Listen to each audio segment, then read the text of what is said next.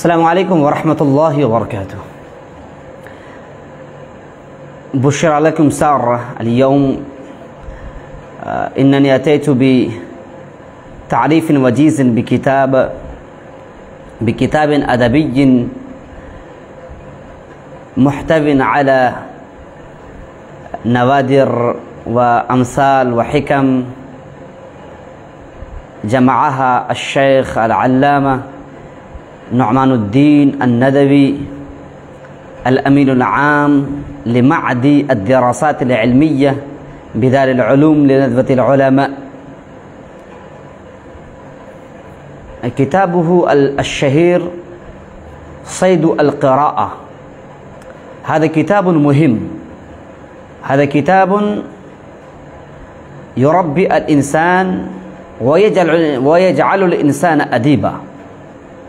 هذا الكتاب مشتمل على تعبيرات ومصطلحات وأمثال وحكم، وهذا الكتاب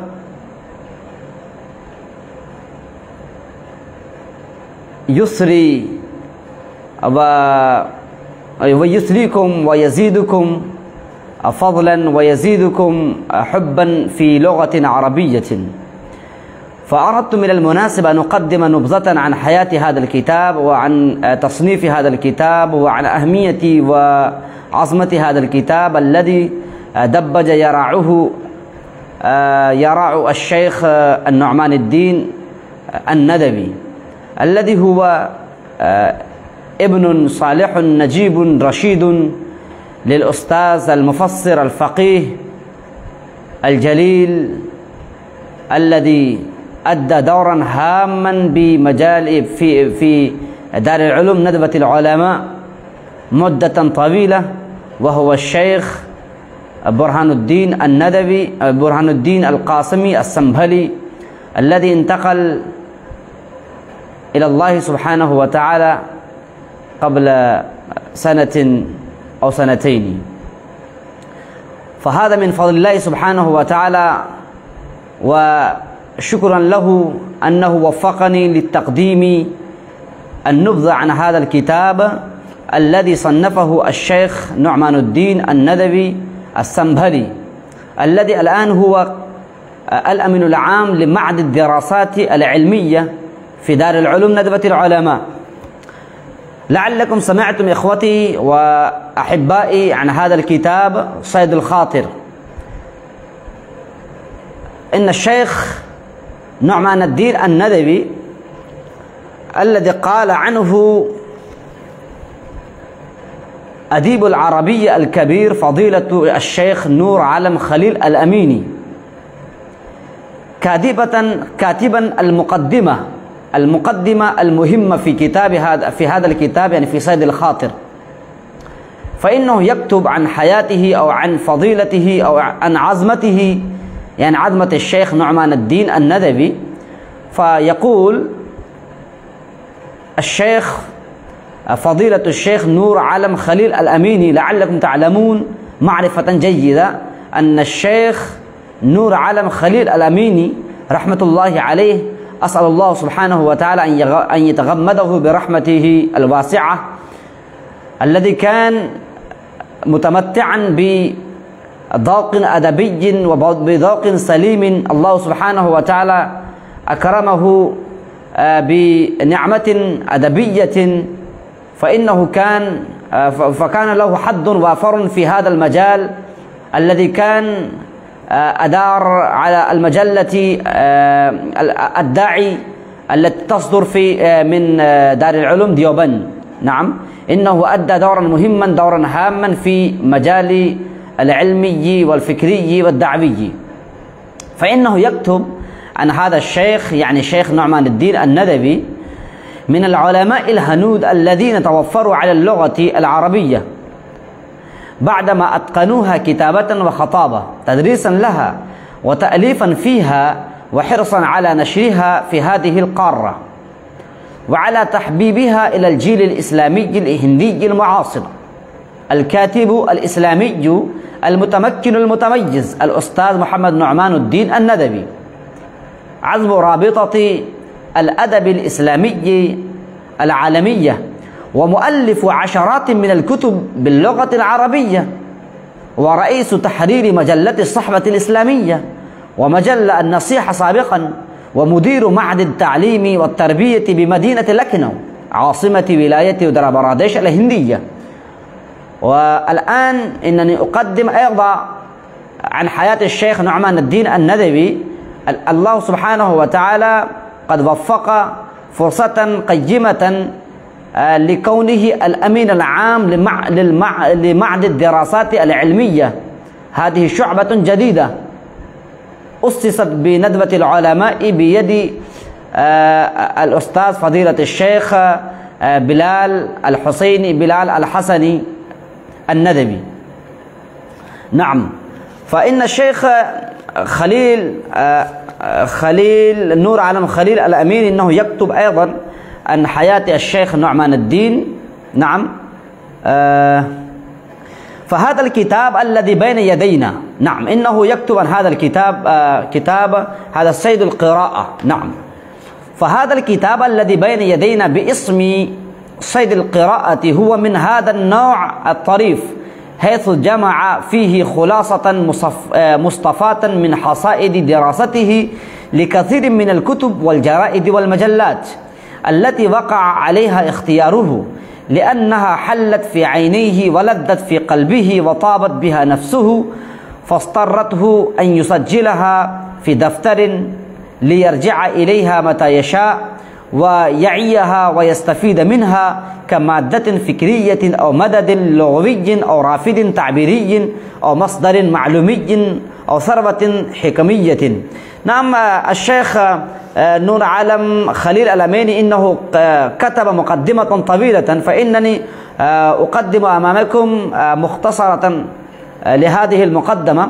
فإنه يقول أيضا: ومن حسن الحظ أن الكاتب البارع الأستاذ محمد نعمان الدين الندوي يجمع بين الذوق السامي اللطيف في الكتابة والتذوق اللغوي على السواء، فهو في كليهما يتمتع بالحس المرهف والشعور الرقيق اللطيف، وتدل على ذلك كتاباته المتنوعة كلها، وهذا الاختيار الرائع لحصيلة دراسته الواسعة للمؤلفات والمجلات الأدبية والفكرية التي قرأها بإمعان بالغ، فوقف وقفة لدى كل جملة جميلة وفكرة نبيلة ومعلومات طريفة وفقرة مترشحة بمعنى عميق، فأراد أن يشرك القراء في الاستفادة والإفادة منها، ينطق بدوره بما يتمتع به من ملكة التمييز بين الكلمات والتعبيرات والأفكار، وبين ما ينفع أكثر ما ينفع أقل أو لا ينفع بتاتا.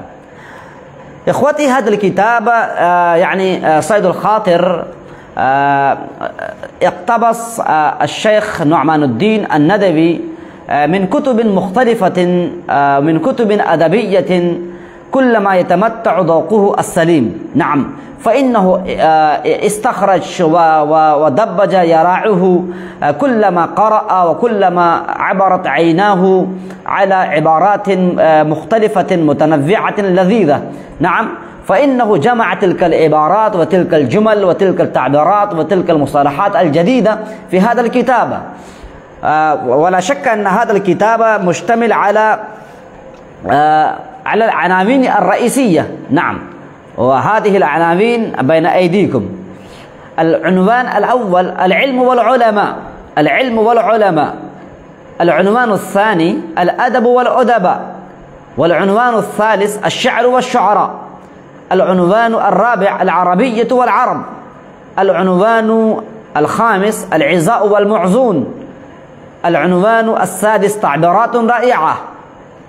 العنوان السابع: الدر المنثور. العنوان الثامن: التماثل والتقارب.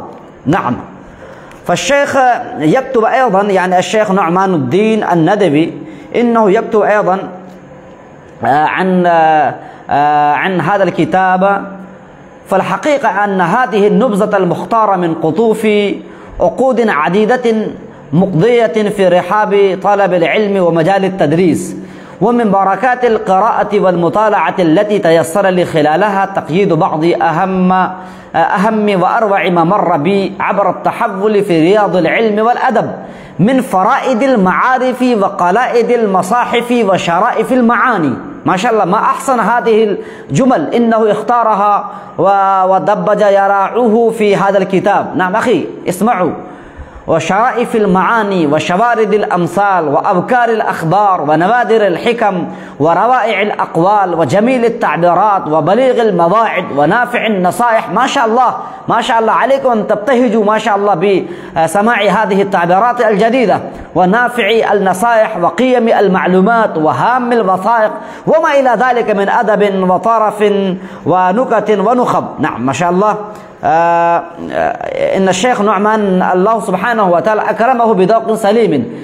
نعم إنه كتب كثيرا من الكتب الأدبية. نعم إنه قضى نحبه في مجال اللغة العربية، ولا شك الله سبحانه وتعالى أيضا أكرمه بذوق أردي، ولكنه صرف كل مجهودات في كتابة اللغة العربية وبالقيام بنشر هذه اللغة العربية. نعم، وإنه يقول عن نفسه أيضا: الله سبحانه وتعالى قد منح فرصة قيمة حتى نشأ وترعرع في مهد علمي وفي نعم أخي مهلا إنه يقول: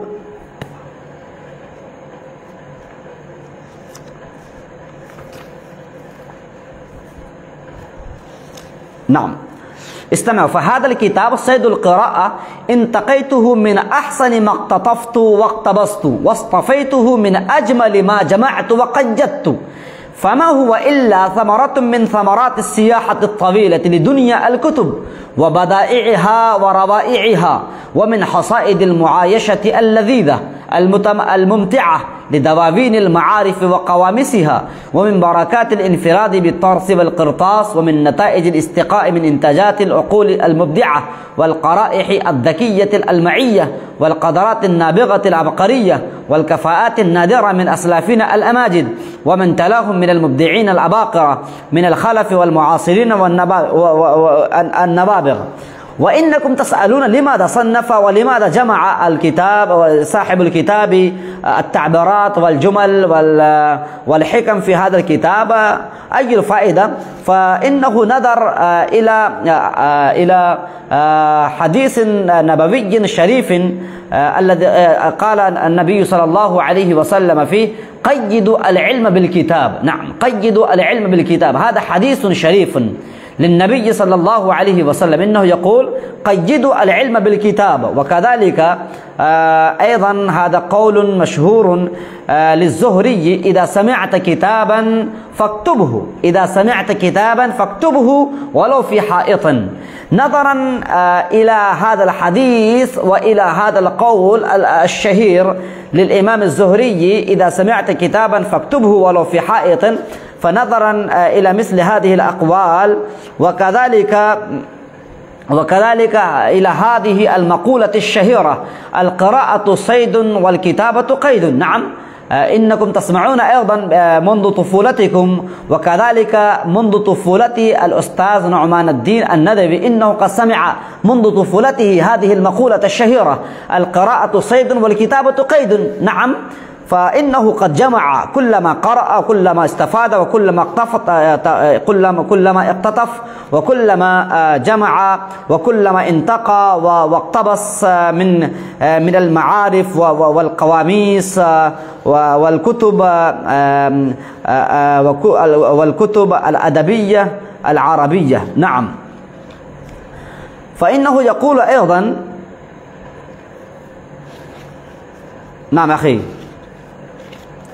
وحاولت بقدر الإمكان تخريج النصوص من الآيات والأحاديث والآثار الواردة في المجموعة، وإحالة كل كلام مقتبس خاصة إذا كان طويلا أو مما له دلالة هامة أو مغزى خاص على مصدره ونسبته إلى مأخذه، وتفاصيل معظم مصادر المقتبسات والمقتطفات المذكورة في المجموعة تكاد تكون شبه شاملة متكاملة، إلا أن بعضها تنقصها التفاصيل المطلوبة المتعلقة بالمصدر، وذلك لأنني ما كنت دونت ما في الكراريس والدفاتر بقصد الطبع والنشر، وإنما قيدت ما فيها لفائدتي الشخصية. ثم بدا لي نشر مختار محتويات هذه الكراريس ليعم نفعها، ولا أرى بحاجة إلى أن أقول إنني قد بذلت جهدي في الحصول على مصادر المحتويات التي كان فاتني الاهتمام بذكر مأخذها ومصادرها. وكذلك يقول أيضا مركزا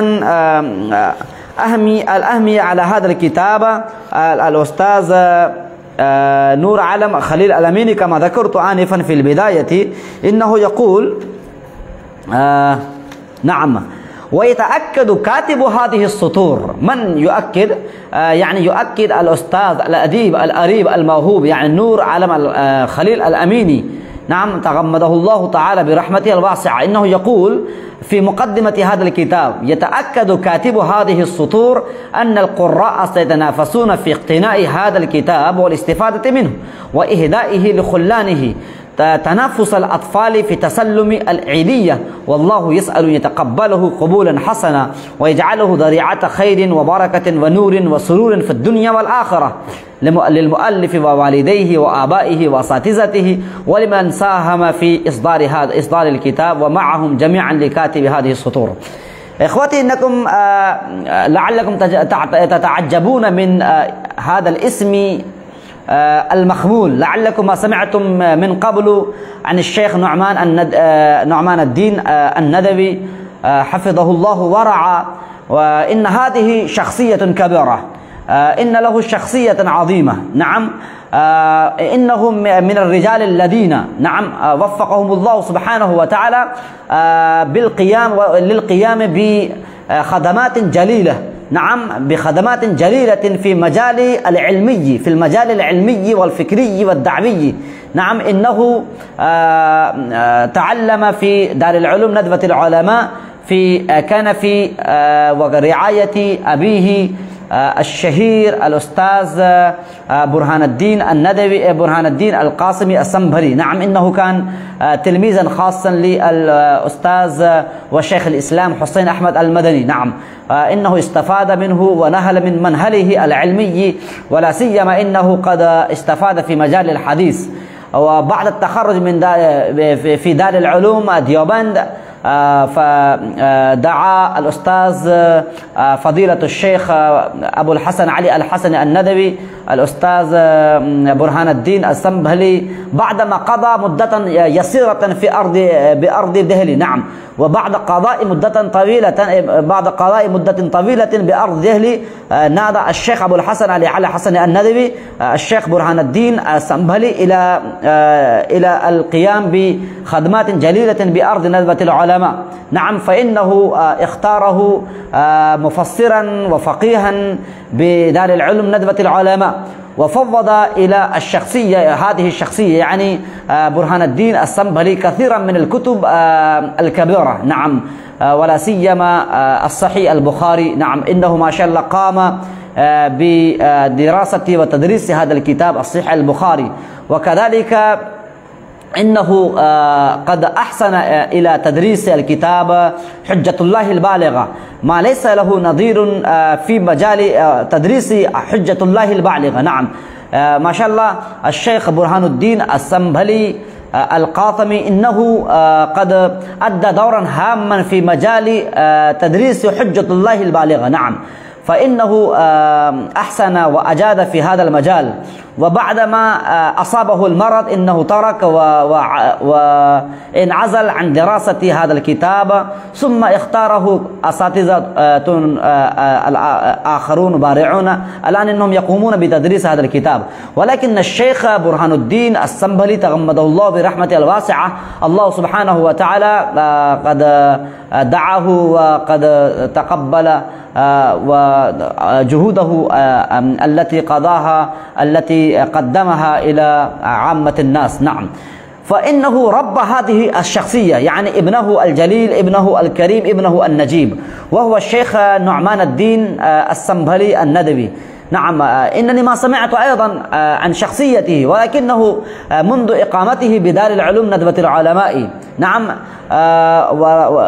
فالله سبحانه وتعالى تقبل جهوده ومساعيه الجميلة في مجال اللغة العربية خاصة. نعم، إن دبج يراعه في مجلات علمية كما ذكرت آنفا في هذه المحاضرة. نعم، فإنه أولا حينما عرض عليه العريضة الشيخ بلال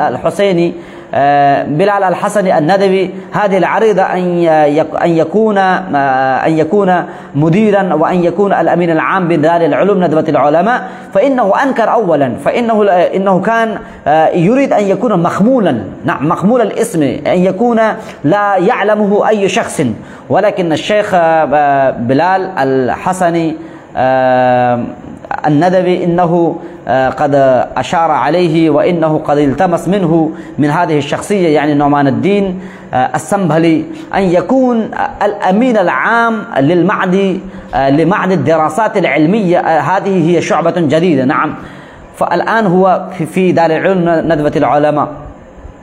وهذا أيضا من حسن حظ هذه الشخصية العظيمة، الله سبحانه وتعالى أكرمه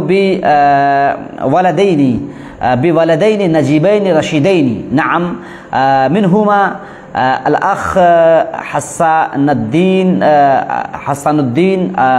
السنبلي الندوي، وكذلك الثاني الأخ محمد سعدان. نعم، سعدان السنبلي إنه اعتنى بجمع هذا الكتاب وبترتيب هذا الكتاب الشيخ سعدان. وأما الشيخ حسان الدين السنبلي ما شاء الله إنه يطالع مطالعة كثيرة، وله ذوق سليم، وله ذوق أدبي عربي، فالله هذا من جانب الله سبحانه وتعالى، من تلقاء الله سبحانه وتعالى. نعم، إنه يقضي أكثر الأوقات في مطالعة الكتب الأدبية. نعم، فالله سبحانه وتعالى أعطاه هذه الصفة القيمة. نعم، الصفة التي كانت توجد في جده الشيخ برهان الدين السنبلي، هذه هي صفة توجد الآن في حفيده الشيخ الأخ حسان الدين السنبلي. إخوتي، إنني قدمت نبذة وتعريفا وجيزا بهذا الكتاب صيد الخاطر لأن تشتروا هذا الكتاب وتطالعوا مطالعة تامة حتى تستفيدوا وتتمتعوا بتعبيرات جميلة وبتعبيرات جيدة وبمصطلحات جديدة لا تجدها إلا في مثل هذه الكتاب. ولا شك إن الشيخ نعمان الدين إنه قرأ وطالع ودارس كثيرا من الكتب. نعم، إنني أزيدكم علما أنه قضى مدة طويلة بأرض المدينة المنورة. نعم، إنه أيضا ما شاء الله قد نهل من منهل مدينة المنورة. نعم، إنه أولا تلقى العلوم العالية بندوة العلماء، وبعد التخرج من دار العلوم ندوة العلماء إنه سافر إلى أرض المدينة المنورة، فإنه قضى هناك مدة طويلة، وبعد الفراغ من هناك إنه أقام بأرض حيدرآباد. نعم، إنه أقام هناك أيضا كثيرا في مجال العلوم الأدبية، في مجال العلوم العربية. نعم، إنه نشر هذه اللغة العربية بين المتعطشين وبين الشائقين وبين الذين يريدون ويحبون هذه اللغة العربية. نعم، وحينما أصاب أباه الشيخ برهان الدين السنبلي مرض توفي في ذلك المرض وانتقل في ذلك المرض إلى الله سبحانه وتعالى، الشيخ نعمان الدين إنه قد ترك وغادر من حيدرآباد إلى دار العلوم ندوة العلماء، فإنه أقام هناك في مدتين أو ثلاث سنوات حتى توفي أبوه الشيخ برهان الدين. نعم، وبعد ذلك اختاره ووفقه الله سبحانه وتعالى لأن يكون الأمين العام في ندوة العلماء لمعهد الدراسات العلمية. نعم، هناك الأمين العام لندوة العلماء، الأمين العام لندوة العلماء هو الشيخ محمد رابع الحسني الندوي، ولكن هناك شعبة جديدة. فلهذه الشعبة هناك، وهذا قسم جديد. نعم، الشيخ نعمان الدين هو الأمين العام. نعم، فإنني أيضا أقدم عن حياته. هذا شيء عجيب. حينما حضرت حكومة العرب على نشر التفسير العثماني، نعم التفسير العثماني، الحكومة العربية إنها حضرت على نشر هذا الكتاب، نشر هذا التفسير، فأرسلت الرسالة إلى دار العلوم ندوة العلماء. نعم، من تلقاء الحكومة، يعني أرسلت الحكومة العربية رسالة إلى ندوة العلماء حينما كان الأستاذ الشيخ فضيلة الشيخ أبو الحسن علي الحسني الندوي بين أيدي الناس، يعني في دار العلوم ندوة العلماء، إنه كان موجودا فتقبل هذه الرسالة. نعم، وكذلك أرسلت الحكومة العربية الرسالة إلى دار العلوم ندوة العلماء، ودار العلوم ديوبند، ودار العلوم مظاهر العلوم سهرنفور. نعم، فهناك يعني الشيخ أبو الحسن علي الحسني الندوي أشار على الشيخ برهان الدين السنبلي. نعم، آمرا أن يجيب على هذا السؤال، أن يجيب جوابا شافيا على هذا السؤال، على هذه الرسالة المرسلة من تلقاء الحكومة العربية التي قد حضرت على نشر هذا التفسير العلمي.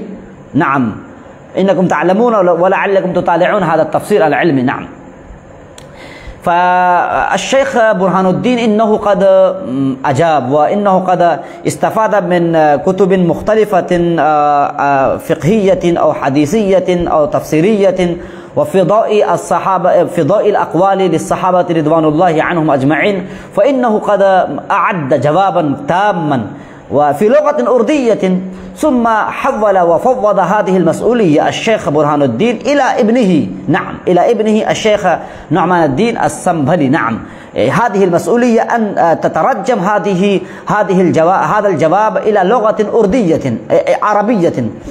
فالله سبحانه وتعالى أكرم الشيخ نعمان الدين السنبلي بلغة أدبية، بلغة عربية، وله ذوق سليم، وله يد طولة في مجال اللغة العربية، وله جولة وصولة في مجال اللغة العربية. فإنه قد ترجم من الأردية إلى العربية في أقل وقت، حتى أرسلت هذه الأجوبة عن تلك الأسئلة التي أرسلت من الحكومة العربية إلى الحكومة السعودية. نعم، فإنها قرأت ودرست هذه الأجوبة، فإنها أجازت، وبعد ذلك نعم. ولكن الآن أيضا حينما أجازت الحكومة العربية لنشر هذا الكتاب، لنشر هذا التفسير العلمي، ولكن بعد ذلك بعد مدة طويلة ثم حضرت على ذلك التفسير. لا بأس. إنني هناك أقدم عن هذا الكتاب يعني سيد القراءة. نعم، هناك الشيخ حسان إنه أيضا قد حضر في هذه المحاضرة العلمية. هذا الشيخ حسان الدين السنبلي ما شاء الله، وهو عكس جميل. نعم، لأبيه ولجده، وربما إنه يبحث ويباحث ويذاكر مع جده الشيخ برهان الدين في ضوء القرآن الكريم وفي ضوء الأحاديث النبوية، وربما إنه يقضي أوقاتا وساعات طويلة في كنف ورعاية جده الشيخ برهان الدين السنبلي. نعم، فإنه استفاد ونهل من منهل جده الشيخ برهان الدين السنبلي حفظه رحمة الله عليه. الآن هو موجود بين أيدينا، يبارك الله سبحانه وتعالى في حياته ويطيل عمره ويجعله نائبا لجده الشيخ برهان الدين السنبلي. إخوتي، إنني قد قدمت نبذة يسيرة عن هذا الكتاب سيد الخاطر لأن يكون شوق إلى وحنين إلى مطالعة هذا الكتاب عن سيد الخاطر. وكثير من الطلاب إنهم ولا يزالون يسألونني كيف أتكلم بلغة عربية وكيف أتكلم بلغة عربية بدون أي تلعثم. ولا شك أني أتلعثم وإني أتردد، وعليكم أن تعودوا أنفسكم على المحاورة العربية، على المحادثة الأدبية. نعم، التعود والمواظبة والمحافظة على المحاورة، على النطق، على المحادثة مع أي صاحب، نعم، تؤدي إلى المهارة في هذا المجال. نعم، ولو كنتم من المتخرجين في دار العلوم ندوة العلماء، ولو كنتم من المتخرجين بدار العلوم ديوبند، ولو كنتم متخرجين بأي معدن علمي، نعم، لا تقنطوا من رحمة الله سبحانه وتعالى، وليس للإنسان إلا ما سعى. عليكم أن تسعوا، عليكم أن تكدوا، الجد في الجد والحرمان في الكسل، فانصب تصب عن قريب غاية الأمل، واصبر على كل ما يأتي الزمان به، صبر الحسام بكف الدارع البطل. نعم، هذه أبيات لصلاح الدين الحلي. نعم، وكذلك إذا نام غر في دجى الليل فاسهري، قم للمعالي والعوالي وشمري، وسارع إلى ما رمت ما دمت قادرا عليه، وإن لم تبصري النجح فاصبري. فلماذا نقنط ولماذا نيأس؟ نعم، فعلينا أن نوجه، فعلينا أن نعطف عنايتنا وأوقاتنا الكاملة إلى تعلم هذه اللغة العربية. نعم، وعلينا أن نخصص طالبا من أصحابنا، وزميلا من زملائنا، وقرنا وقرينا من أقراننا. نعم، نتكلم معه بلغة عربية كل وقت. حينما كنت برحاب دار العلوم ندوة العلماء في السنة الثانية من العالية، فإنني قد خصصت لنفسي صاحبا من أرض بنغال، فما تكلمت معه 5 سنوات إلا بلغة عربية. نعم، هذا من فضل الله سبحانه وتعالى. وما تذاكرت معه وما تحدثت معه وما بحثت وما ذاكرت عن أي كتاب إلا بلغة عربية. فهذا هو الشيء الذي يكون مؤديا إلى أن تكون ناطقا بدون أي تلعثم، ناطقا بدون أي تردد. فهذا هو جواب عن سؤال ذلك الطالب الذي يسألني كيف نتكلم بلغة أدبية وعربية. نعم، هنا كثير من الطلاب إنهم قد قنطوا وإنهم قد أيسوا. يا إخواني وأحبائي، لا تيأسوا، لا تقنطوا من رحمة الله سبحانه وتعالى. نعم، نحن بين أيديكم، وهنا كثير من الإخوان وكثير من الذين يشتاقون وكثير من الذين يحبون هذه اللغة العربية. نعم، فإنهم ما شاء الله إن شاء الله سيعدون وقتا وسيمنحون فرصا وسيمنحون ساعات جميلة، ساعات قيمة لتمرين هذه اللغة العربية إن شاء الله. ولكن عليكم أن تنشئوا الشوق، أن تنشئوا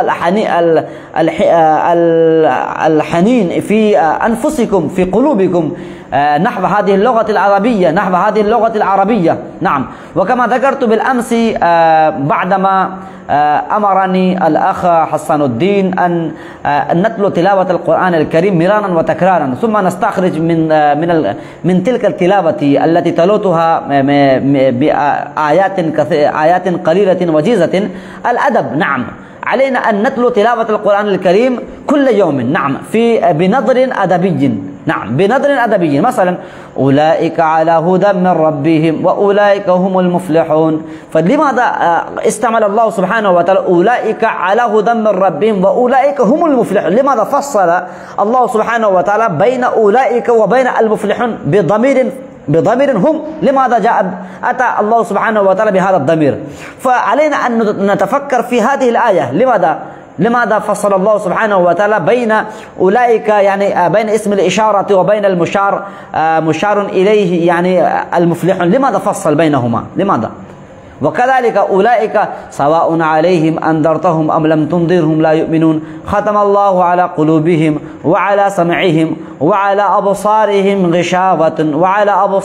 غشاوة. نعم، لماذا قدم الله سبحانه وتعالى على أبصارهم ثم قال غشاوة؟ رغم ذلك بينهما تركيب للمبتدأ والخبر. وإنكم تعلمون أن المبتدأ يكون مقدما على الخبر. رغم ذلك الله سبحانه وتعالى قدم لفظ الخبر على المبتدأ. لماذا؟ وعلى غشاوة أبصار، وعلى أبصارهم غشاوة. هنا غشاوة هذا مبتدأ، وعلى أبصارهم الجار مع المجرور صار خبر. وإن الله سبحانه وتعالى قدم الجار والمجرور على المبتدأ. لماذا؟ فعلينا أن نتفكر. إننا قرأنا هذه القاعدة في كتاب شرح شجر الذهبي، وفي كتاب هداية النحو، وفي كتاب قتل الندى، وفي كتاب هداية النحو، وفي كتاب النحو. نعم، قد قرأنا هذه القاعدة. ورغم ذلك حينما تخرجنا من دار العلوم ندوة العلماء من أي دار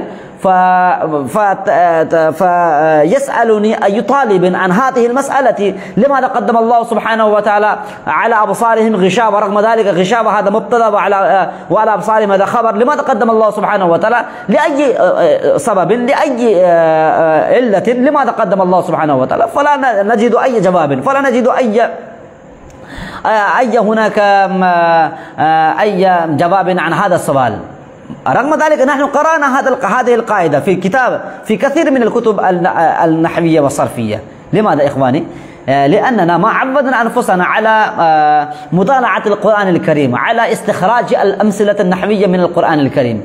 فإنني ألتمس منكم أن تطالعوا الكتب الأدبية كل يوم. عليكم أن تعودوا أنفسكم مطالعة مثل هذه الكتب، يعني صيد القراءة للشيخ نعمان الدين السنبهلي. وكذلك إنني قد قدمت أيضا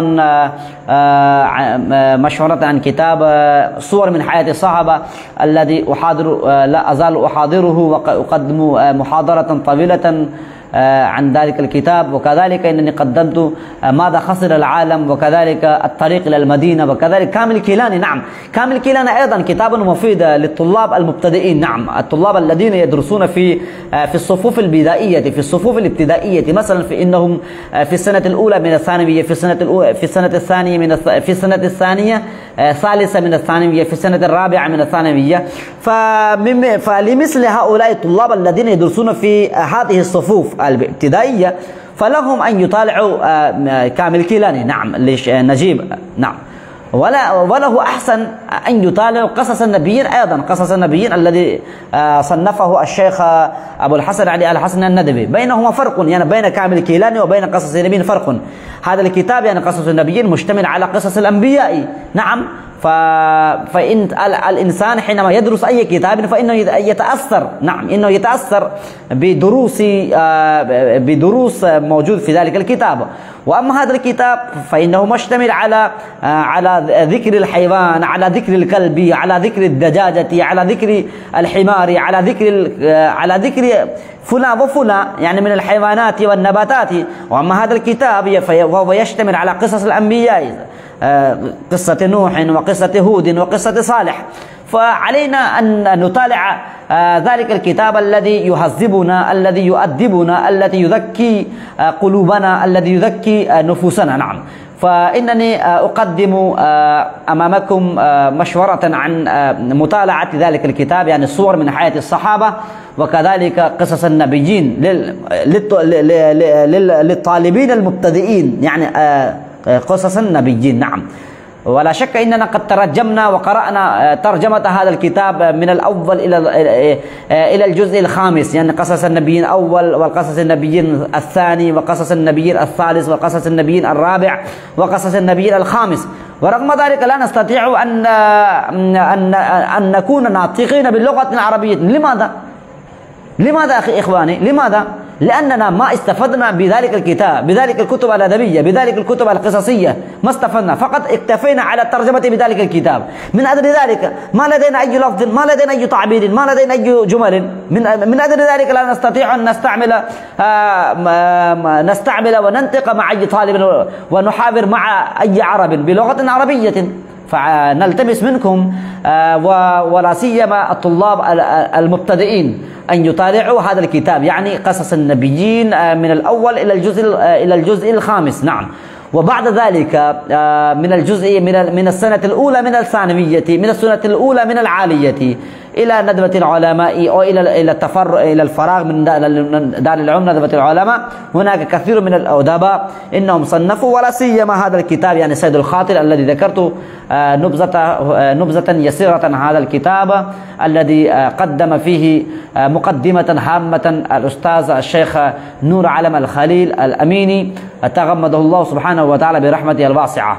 فإخوتي وأحبائي، هل لديكم أي سؤال؟ هل لديكم أي قضية عن هذه المحاضرة، عن هذا الكتاب؟ فعليكم أن تقدموا. نعم، هناك شيخ حسان الدين، هذا شيخ أفضل مني، وإن شاء الله سأدعو بتقديم المحاضرة أيضا. الله سبحانه وتعالى أعطاه وأتحفه بلسان أدبي، بلغة أدبية. نعم، ما شاء الله، لغته ولهجته لهجة أدبية، نعم، عربية. والأخ محمد أبصار تشتي ندبي، نعم، إنه ما شاء الله ينظر أيضا. محمد جنيد ندبي، ما شاء الله. محمد شهزاد علم، يبارك الله سبحانه وتعالى في عمركم. إخوتي، عليكم أن تبدأوا في مدرستكم أيضا مثل هذه السلسلة، نعم، مثل هذه الحلقات الأدبية. إن شاء الله الطلاب يكونون مشتاقين إليكم، نعم، ولا سيما أخاطب الطلاب المتخرجين من دار العلوم ندوة العلماء. عليكم أن تبدأوا هذه السلسلة الأدبية، هذه الحلقة الأدبية العربية، نعم. وإن كانت دائرتكم وإن كان إطاركم ضيقا في أول الأمر، ولكن إن شاء الله بعد الجهد المتواصل وبعد السعي المتواصل إن شاء الله، الله سبحانه وتعالى يوسع إطاركم، يوسع رحابكم، حتى تكون إن شاء الله في مشهورا أو شهيرا في عالم العرب أو في العجم والعرب كما اشتهر الشيخ أبو الحسن علي الحسني الندبي. ولكن علينا أن نهتم بشؤوننا، أن نهتم بمسؤوليتنا، أن نهتم بوظائفنا، أن نهتم بواجباتنا التي تفوض من الله سبحانه وتعالى ومن الرسول صلى الله عليه وسلم. ولا شك نحن دعاة إلى الله سبحانه وتعالى، نعم. فالدعاة عليهم أن يعلموا هذه اللغة، يعني اللغة العربية، نعم، عليهم، يعني يتحتم عليهم أن يتعلموا هذه اللغة العربية. وإنني ألتمس أولئك الرجال الذين يخرجون في سبيل الله، يعني تبليغ جماعة، الذين يخرجون في سبيل الله، نعم، الذين يذكرون منتخب حديث وفضائل الأعمال، عليهم أن ينفقوا ربية، أن ينفقوا أموالا في تعلم هذه اللغة العربية. إن شاء الله نحن نعلمكم في شهر واحد لغة عربية إن شاء الله، حتى تكونوا إن شاء الله تفهمون إن شاء الله هذه اللغة إن شاء الله. هذا إن شاء الله وعد وعهد مني. فإنني ألتمس منكم ولا سيما الإخوان الذين يخرجون في سبيل الله، عليكم أن تبذلوا وتعطفوا أنظاركم إلى هذه اللغة، نعم. وكذلك الإخوان الذين يدرسون في المدارس الإسلامية، عليكم أن تبذلوا في هذا المجال، يعني في مجال التعلم اللغة العربية، نعم. جزاكم الله أحسن الجزاء. هناك الطلاب إنهم ينتظرون وإنهم أدرسهم الآن. جزاكم الله أحسن. السلام عليكم ورحمة الله وبركاته.